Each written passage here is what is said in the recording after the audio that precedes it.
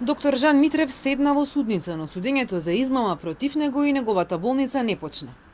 Новите бранители кои ги ангажирал вчера побараа одложување за да направат увид во предметот, кој е обамен со докази, да подготват одбрана. Адвокатите што учествувале во истрагата испратиле оправдание за отсуството, а на едниот Митрев му го откажа полномошното.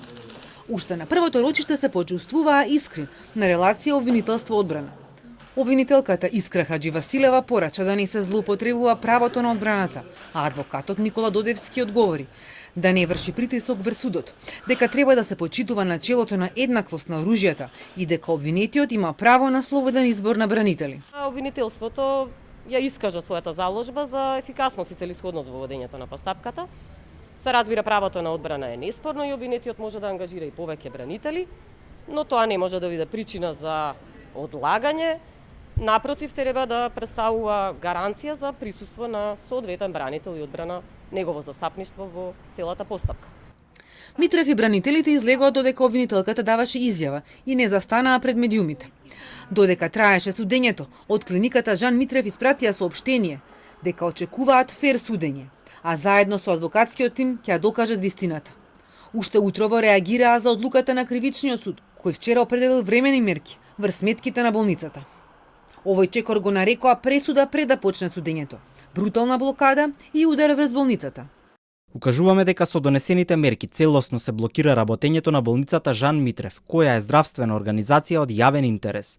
Клиниката Жан Митрев од денеска не е во можност да ги отплаќа обврските кон банките.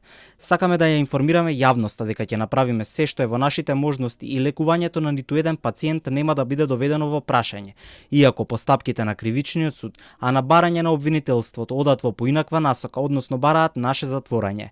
Потенцираме дека ваквото решение на кривичниот суд е во спротивност со начелата на презумпција на невиност и создава неиздржлив притисок врз клиниката Жан Митрев. Од обвинителството кое ги предложи мерките ги негираат обвинувањата за хајки. Ова е нешто што веќе трае подолго време.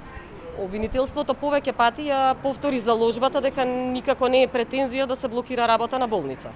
Напротив, се водевме и тоа како од началата стандардите на пропорционалност и неопходност.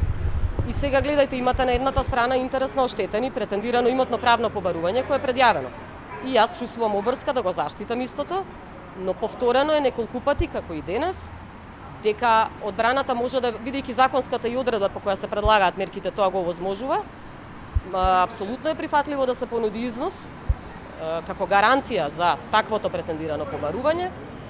И тоа е нешто што обвинителството и тоа како ќе го оцени. Од кривичниот суд објаснуваат дека станува збор за неправосилно решение, со кое се определуваат привремени мерки, забрана за отуѓување на недвижен имот и им е наложено на банките да не дозволат исплата на определени парични износи.